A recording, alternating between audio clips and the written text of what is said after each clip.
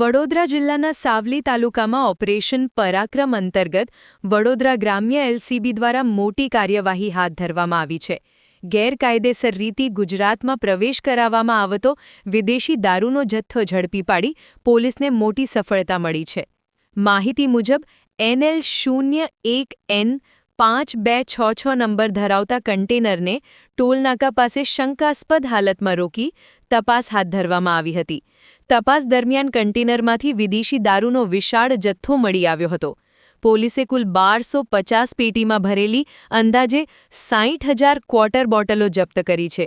ઝડપાયેલા દારૂની બજાર કિંમત આશરે 1.53 કરોડ રૂપિયા ગણાવવામાં આવી રહી છે, જ્યારે વાહન સહિત કુલ મુદ્દામાલની કિંમત ₹1.63 કરોડથી વધુ હોવાનું સામે આવ્યું છે.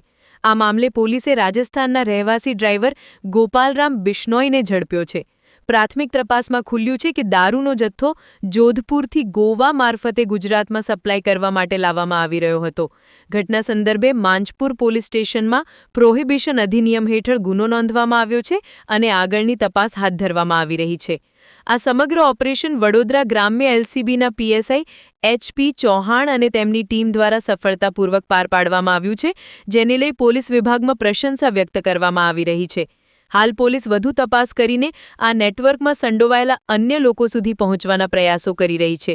રિપોર્ટર અંકિત પરમાર, સાવલી, વડોદરા, મધ્ય ગુજરાતનો અવાજ ન્યૂઝ ચેનલ ગુજરાતી.